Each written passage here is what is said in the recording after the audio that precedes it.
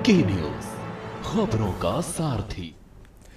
नमस्कार, हमारी खास पेशकश में आपका स्वागत है। मैं हूं मनोज मानस और सबसे पहले हम बात करेंगे और भावुक हो गए प्रधानमंत्री। आपको बता दें, गुजरात के अहमदाबाद में एयर इंडिया के विमान हादसे को लेकर देश भर में शोक की लहर है। अब तक 265 लोगों की मौत की पुष्टि हुई है। 100 की पहचान करने के लिए मृतकों के परिजनों की डीएनए सैंपल लिए जा रहे हैं। हादसे के बाद प्रधानमंत्री नरेंद्र मोदी ने घटनास्थल का दौरा किया और अस्पताल में घायलों और एकमात्र जीवित बचे यात्री से मुलाकात की। आपको बता दें कि इस दुर्घटना में पूर्व मुख्यमंत्री विजय रूपाणी समेत 265 लोगों की जान चली गई है। ये आंकड़े पुष्ट हो चुके हैं, जिनमें ब्रिटिश और कनाडाई नागरिक भी शामिल थे। हादसे के कारणों की गहन जांच शुरू हो गई है। आपको बता दें कि प्रधानमंत्री नरेंद्र मोदी क्रैश साइट पर गए और जायजा लिया। इसके बाद उन्होंने सिविल अस्पताल का दौरा किया, जहां उन्होंने दुर्घटना में घायल हुए लोगों से मुलाकात की है। प्रधानमंत्री मोदी ने कई मंत्रियों और शीर्ष अधिकारियों के साथ समीक्षा बैठक की है। उन्होंने अधिकारियों के साथ बैठक में हादसे की जांच और मृतकों के डीएनए मिलान में तेजी लाने के निर्देश दिए हैं।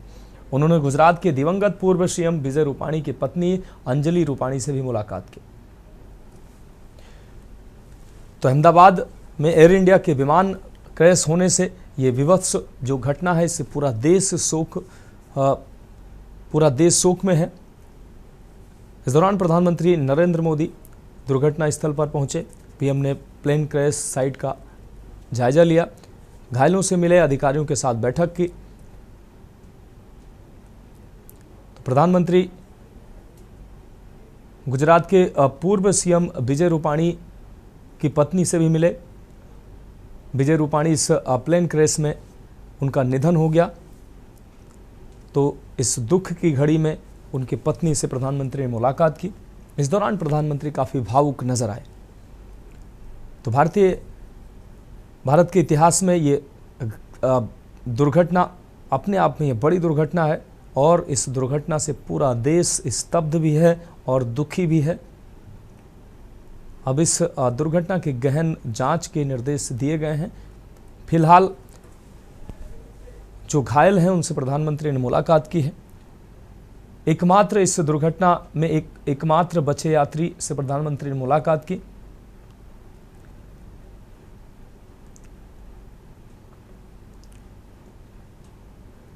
विमान में सवार यात्रियों के साथ ही जिस मेडिकल के हॉस्टल पर ये विमान गिरा था, वहां भी कई मेडिकल छात्रों के हताहत होने की भी खबर सामने आ रही। 265 लोगों की अब तक मौत की पुष्टि हुई है, जिसमें विमान के यात्रियों के अलावा अन्य लोग भी थे। और इस खबर पर अहम अपडेट के लिए हमारे विशेष संवाददाता अखिलेश जी हमारे साथ जुड़ गए हैं। अखिलेश जी, अहमदाबाद विमान क्रैश की घटना से पूरा देश दुखी है। आज प्रधानमंत्री गुजरात के दौरे पर गए और दुर्घटना स्थल पर उन्होंने पहुंचकर उस जगह का उन्होंने निरीक्षण किया। दुर्घटना में एकमात्र बचे व्यक्ति से उन्होंने मुलाकात की। विजय रूपाणी की पत्नी से भी प्रधानमंत्री ने मुलाकात की है। क्या कुछ अहम अपडेट है अब तक? प्रधानमंत्री नरेंद्र मोदी करीब 8:30 के आसपास अहमदाबाद पहुंचे थे दिल्ली से, और उसके बाद सीधे वहां से घटना स्थल गए। उस दौरान गुजरात के मुख्यमंत्री भूपेन्द्र पटेल भी प्रधानमंत्री मोदी के साथ पहुंचे और घटना स्थल का उन्होंने जायजा किया। प्रधानमंत्री ने यहाँ से जायजा लेने के बाद सीधे हॉस्पिटल गए। सिविल हॉस्पिटल में तमाम घायल मौजूद थे, खासकर उसमें से विश्वास रमेश घटना स्थल के दौरान इस पूरे विमान हादसे में इकलौते ऐसे शख्स हैं जो जिंदा बचे हैं। उनसे प्रधानमंत्री ने बात की, उनका हालचाल लिया और कई उनसे जानकारी की। इसके बाद प्रधानमंत्री पूर्व मुख्यमंत्री विजय रूपाणी के यहाँ पहुंचे, उनकी पत्नी से मुलाकात की और उनको बुलाया और अपना शोक संवेदना प्रकट की। इसके साथ ही साथ प्रधानमंत्री ने वहाँ पर एक समीक्षा बैठक की। इसमें अभी जो लोग भर्ती हैं, कार्य कैसे चल रहा है, बचाव कार्य कैसे चल रहा है, लोगों को जो लोग अपने पीड़ितों का हाल जानने के लिए और जो लोगों का है तो उनको किसी तरह की दिक्कत नहीं हो, वो सारी तमाम चीजों को लेकर पूरी एक बैठक की गई और अधिकारियों को प्रधानमंत्री की तरफ से निर्देश भी दिया गया किसी को दिक्कत नहीं होनी चाहिए। तो कुल मिला के कहा जाए, प्रधानमंत्री ने अपनी तरफ से कहा कि इस घटना बेहद दुखद है। इस घटना का साल नहीं भूला जा सकता है। और उनके दिमाग में घटना जब भी वो यहाँ पर आएंगे उनके दिमाग में घूमती रहेगी। तो इस तरह के तमाम प्रधानमंत्री ने अपनी शोक संवेदना व्यक्त की और साथ ही साथ हर एंगल से जानकारी जुटाने के प्रधानमंत्री कोशिश की। अधिकारी उन्हें हर चीज एक एक करके बताते रहे कि कैसे क्या हुआ, कहाँ हुआ, क्या क्या किया गया। तो कुल मिला के कहा जा सकता है प्रधानमंत्री ने घटना स्थल का जायजा लेने के साथ साथ अस्पताल में घायलों का हालचाल जानने के साथ साथ उन सभी चीजों को सभी खुफिया एजेंसी, जांच एजेंसी, तमाम पहलुओं को भी अधिकारियों से जानकारी ली कि आगे क्या हो रहा है। मनोज। हाँ बिल्कुल अखिलेश जी, इस तमाम जानकारी के लिए आपका बहुत शुक्रिया। फिलहाल आप हमारे साथ बने रहिए, आगे भी हम आपसे अपडेट लेंगे। तो प्रधानमंत्री मोदी ने अहमदाबाद का दौरा किया है और दुर्घटना स्थल पर प्रधानमंत्री पहुंचे हैं। इस दुर्घटना में विमान में सवार एकमात्र बचे यात्री से प्रधानमंत्री ने मुलाकात की है। इसके अलावा अन्य घायलों से भी प्रधानमंत्री ने मुलाकात की।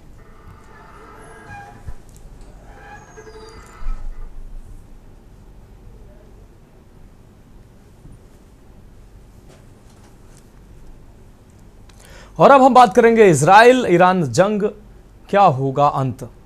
पश्चिम एशिया में हिंसक संघर्ष थमने का नाम नहीं ले रहा है। हमास के हमले के बाद इजराइल ने पहले गाजा पट्टी में जमकर रक्तपात किया, अब इजराइल ने ईरान के खिलाफ ऑपरेशन राइजिंग लायन शुरू कर दिया है। इस सैन्य अभियान के तहत इजराइल ने तेहरान में गोलाबारी की। परमाणु संयंत्रों पर इजरायली हमले के बाद ईरान के सर्वोच्च नेता आयतुल्लाह अली खामेनेई ने कहा कि हमारे देश पर हमले की इजराइल को कड़ी सजा भुगतनी पड़ेगी। वहीं इजराइल के प्रधानमंत्री बेंजामिन नेतन्याहू ने कहा कि इजराइल ने ईरानी ठिकानों पर हमला किया है। इजराइल ने ऑपरेशन राइजिंग लायन शुरू किया है, जो इजराइल के अस्तित्व के लिए ईरानी खतरे को कम करने के लिए है। उन्होंने कहा कि ऑपरेशन तब तक जारी रहेगा जब तक खतरा कम नहीं होता। ईरानी खतरे को कम करने के लिए जितने दिन लगेंगे यह ऑपरेशन उतने दिन तक जारी रहेगा। वहीं परमाणु संयंत्रों पर इजराइल के हमले के बाद ईरान ने पलटवार किया। आपको बता दें कि तेल की कीमतें इस दौरान बढ़ती हैं, तो इसका सीधा प्रभाव इस युद्ध का तेल की कीमतों पर पड़ेगा और इससे महंगाई भी बढ़ सकती है।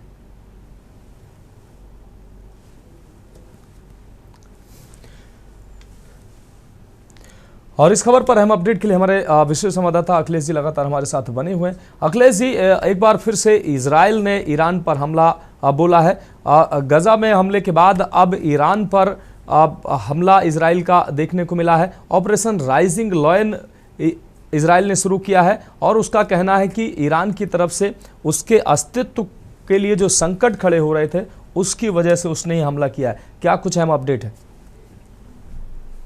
देखिए मनोज, इजराइल ने कल जिस तरह से ईरान पर हमला किया और ईरान के जो न्यूक्लियर ठिकाने थे उसको भी उन्होंने निशाना बनाया और इसके साथ तमाम रियायती सरकारी ठिकानों पर और यहाँ तक इस सैन्य ठिकानों पर इजराइल की तरफ से लगातार हमले किए गए। हालांकि इन हमलों का जवाब अब इराक में देना शुरू किया गया। अब ईरान के तरफ से अब इजराइल पर जो ठिकानों पर हमले किए गए, बताया जा रहा है करीब 100 ड्रोन एक साथ ईरान ने इजराइल पर छोड़कर उनको अब सबक सिखाने के लिए पूरी तरह से तैयारी के तौर पर ये हमला और पलटवार किया है। और इस पलटवार से देश दुनिया के तमाम देशों की चिंताएं बढ़ी हुई हैं और खासकर मिडिल ईस्ट के जो देश हैं उनको ज्यादा चिंताएं बढ़ी हुई है कि अगर इजराइल और ईरान के बीच में ये अगर जंग लंबी खिंचती है तो इसका असर दुनिया के दूसरे तेलों के खासकर तेल को लेकर पड़ेगा, क्योंकि जो कच्चा तेल है वो इजराइल की और ईरान से ही अन्य देशों के लिए जाता है और तमाम देश इस पर निर्भर रहते हैं। तो अगर ईरान इजराइल के बीच और खासकर इस मिडिल ईस्ट के लिए खतरे की घंटी के तौर पर इसमें भी देखा जा सकता है, क्योंकि तेल के दाम लगातार बढ़ने की उम्मीद है। और यहाँ तक जो ऑपरेशन राइजिंग लाइन कहा गया है उसको लेकर कहा जा रहा है, तो अब इस ऑपरेशन को तब तक खत्म न करने का ऐलान किया है जब तक कि वो पूरी तरह से इसको नष्ट नाबूद ना करते। तो कुल मिलाकर यही कह सकते हैं कि इजराइल और ईरान के बीच जो जंग शुरू हुई है अब ये कब जंग खत्म होगी और मिडिल ईस्ट के देशों पर इसका क्या असर पड़ेगा। और देश दुनिया के तमाम ऐसे देश हैं जो तेल के लिए निर्भर रहते हैं, उन पर भी इसका असर पड़ेगा। मनोज। हाँ, निश्चित रूप से अखिलेश जी, इस तमाम जानकारी के लिए आपका बहुत शुक्रिया। आप हमारे साथ बने रहिए, आगे भी हम आपसे अपडेट लेंगे। तो हमले के बाद तेल के दामों में भारी उछाल देखी जा रही है।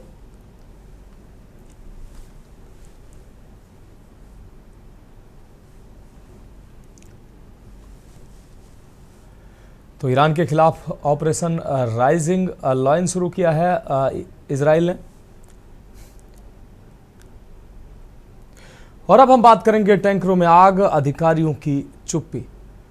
राजधानी लखनऊ के सरोजनी नगर थाना क्षेत्र के अमौसी में पेट्रोलियम के पास खड़ी 3 टैंकरों में आग की घटना सामने आई, जिसकी सूचना मिलते ही लोगों में हड़कंप मच गया। उसके बाद स्थानीय निवासियों ने पुलिस को सूचना दी। मौके पर पहुंची पुलिस ने फायर स्टेशन को सूचना दी, जहां पर कई दमकल की गाड़ियों ने मौके पर पहुंचकर आग बुझाने में दमकल की गाड़ियां जुट गई। आपको बता दें कि यहाँ पर पेट्रोलियम का बड़ा प्लांट व गैस प्लांट बना हुआ है, जहाँ पर आसपास अवैध पार्किंग संचालित है। लोगों का कहना है कि इसकी शिकायत कई बार की जा चुकी है, पर न पुलिस प्रशासन सुनता है और न ही नगर निगम।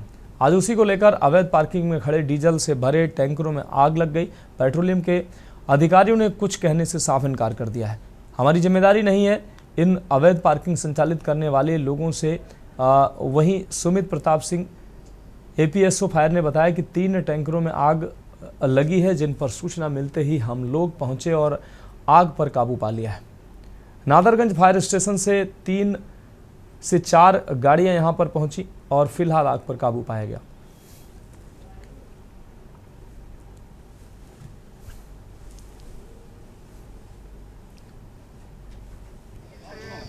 हमें इन्फॉर्मेशन ये मिली थी कि 3 टैंकर में आग लगी हुई है और जल्दी से गाड़ी भिजवाई है यहाँ पे। तो तुरंत फायर स्टेशन सरोजनी नगर से एक व्हीकल CFO महोदय के निर्देशन में यहाँ पे आया और हमने इस प्रिकॉशनरी तौर पे लखनऊ फायर सर्विस के सभी फायर स्टेशन से एक फायर टेंडर मूव कराया। जितने भी हमारे पास वाटर बाउजर है उनको सबको मूव कराया। तो तत्काल यहाँ पे सभी अधिकारीगण मौजूद हो गए और सभी अधिकारीगण के निर्देशन में आपको बुझा लिया गया। कितनी गाड़ियों में लगभग आग लगी थी? तीन गाड़ियों में, यहाँ पे 3 गाड़ियों में आग लगी हुई थी। केवल एक ही फायर टेंडर यहाँ पे पहुंच पाया था। दूसरा फायर टेंडर आलमबाग से हमने रुकवा दिया था। सभी फायर टेंडर हमने रुकवा दिए थे क्योंकि हम आग को आराम से काबू में कर सकते थे।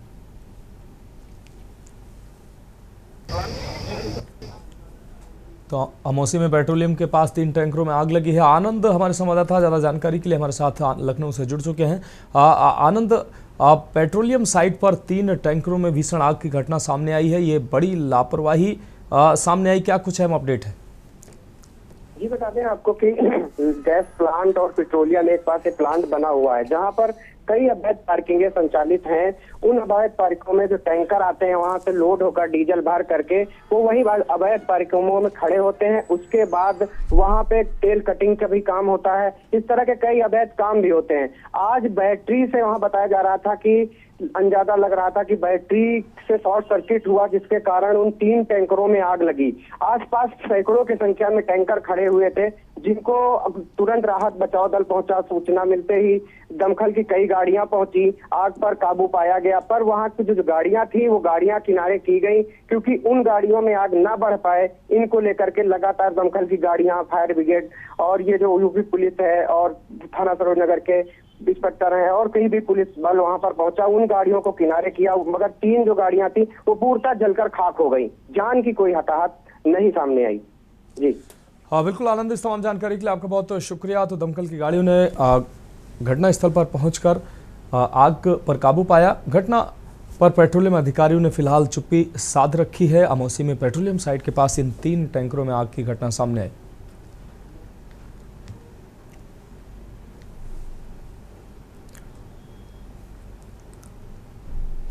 और अब हम बात करेंगे मरम्मत की मजबूरी, नेशनल हाईवे 34 से बनाए दूरी।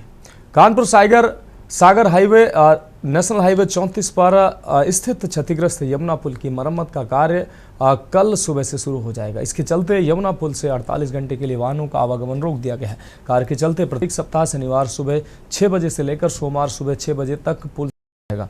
इसको लेकर PNC ने हाईवे किनारे लोगों को जागरूक करने के लिए रूट डायवर्जन बोर्ड भी लगवा दिया है।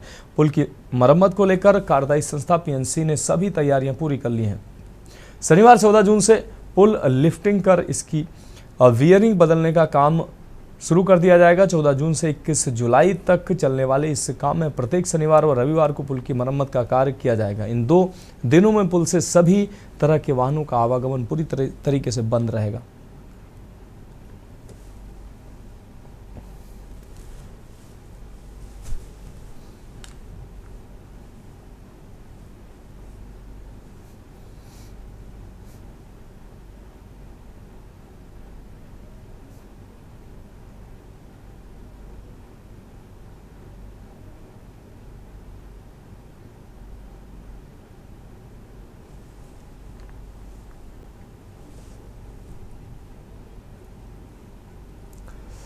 तो यमुना पुल पर मरम्मत कार्य के चलते यह अहम निर्णय लिया गया है। ट्रैफिक पुलिस ने वैकल्पिक मार्ग सुझाए हैं।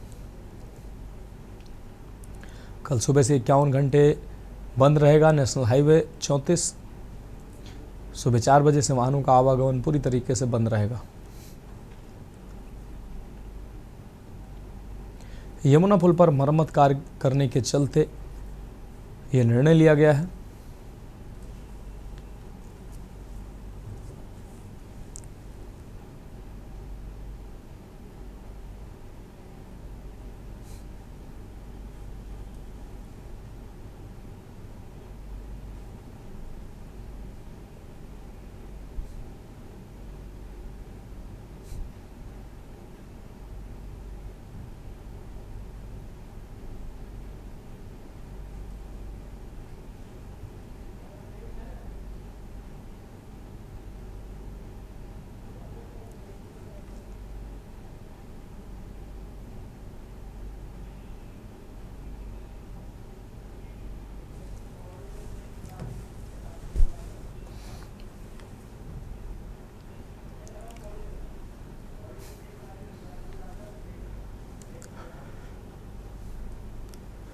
तो हमारी खास पेशकश में वक्त एक ब्रेक का है। ब्रेक के बाद हम बात करेंगे पौड़ी में तेज बारिश, प्रशासन alert.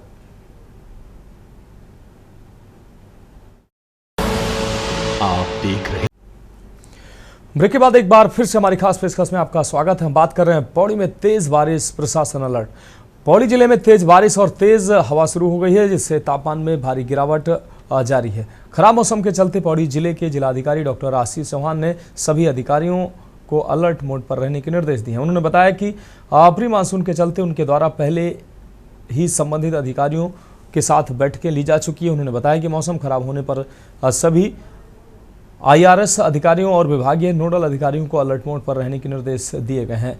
National highway, PWD, PM, GSY आदि को सड़क बाधित होने पर तत्काल सुचारू करने के लिए और राजस्व, ग्राम विकास व पंचायत अधिकारियों को अपने क्षेत्र में उपस्थित और सतर्क रहने के निर्देश दिए गए हैं। इस दौरान उन्होंने भूस्खलन संभावित मार्गों पर भी पूर्व तैयारी के साथ संबंधित विभागों को व्यवस्थाओं को चाक चौबंद करने के निर्देश दिए हैं।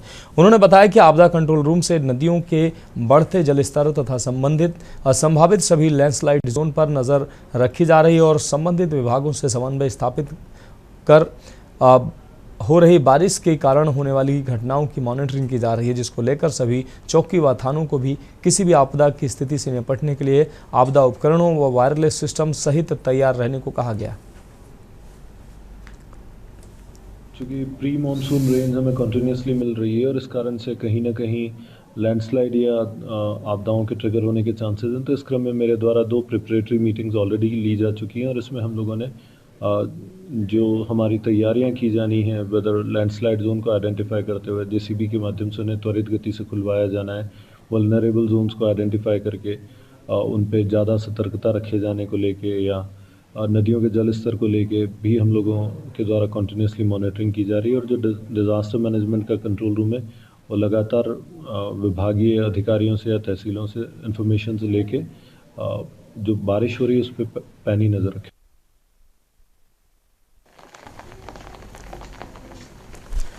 और इस खबर पर अहम अपडेट के लिए भगवान सिंह हमारे संवाददाता पौड़ी से हमारे साथ जुड़ चुके हैं। भगवान सिंह, तेज बारिश के चलते हवाओं का दौर शुरू हो चुका है, ऐसे में प्रशासन ने तमाम इंतजाम का दावा किया है, क्या कुछ अहम अपडेट है? बातें मौसम विभाग के रिपोर्ट से सही साबित हुई। साथ ही साथ जिलाधिकारी आशीष चौहान ने जो तमाम अधिकारियों को निर्देश दिए गए हैं, जिस तरह से एक क्षेत्र के बताया तो चारधाम यात्रा है श्रीनगर क्षेत्र, वहाँ पे SDRF को, NDF को, तमाम सभी अधिकारियों को अलर्ट मोड पर रखने पर दिए गए हैं। साथ ही साथ जिलाधिकारी आशीष चौहान ने आपदा कंट्रोल रूम को भी नजर बनाए रखे हैं। अधिकारियों को निर्देश भी दिए गए हैं कि जहाँ कहीं पर भूस्खलन की तस्वीरें लगातार क्षेत्र में जब आती है तो इस पर सोशल मीडिया पे कई चीजें सोशल मीडिया पे अफवाह पे विशेष ध्यान न दिया जाए और जो आपदा कंट्रोल रूम को चेतावनी दी गई है कि जिस तरह से कोई भी घटना आती है, आम जनता से भी अनुरोध किया है कि जहाँ कहीं पर भूस्खलन की तस्वीरें आ रही है तो तत्काल उसमें संबंध में आपदा कंट्रोल रूम तथा जिला प्रशासन को इस संबंध में जरूर बताए, ताकि जो बारिश की जिस तरह से देख रही है, हालांकि सुबह से बारिश होगी उसके बाद अब धूप निकल गई है और कहीं ना कहीं आप देखने को यह मिल रहा है जिस तरह से मौसम विभाग की भविष्यवाणी सही साबित हुई है। हाँ बिल्कुल भगवान सिंह, इस तमाम जानकारी के लिए आपका बहुत शुक्रिया। तो तापमान में गिरावट जारी है और मौसम को देखते हुए तमाम तरीके के इंतजाम किए गए हैं। प्रशासन ने यह दावा किया है।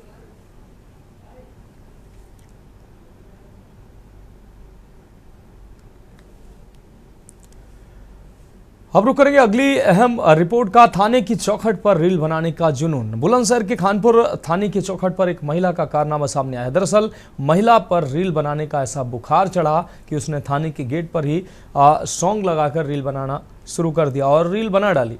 बताया जाता है कि महिला ने मेरा बलम दरोगा होता, थाने के ऊपर सोता गाने की तर्ज पर रील बनाई है। महिला द्वारा थाने के गेट से रील रिकॉर्ड की गई। बहरहाल महिला की ये रील जमकर वायरल हो रही है।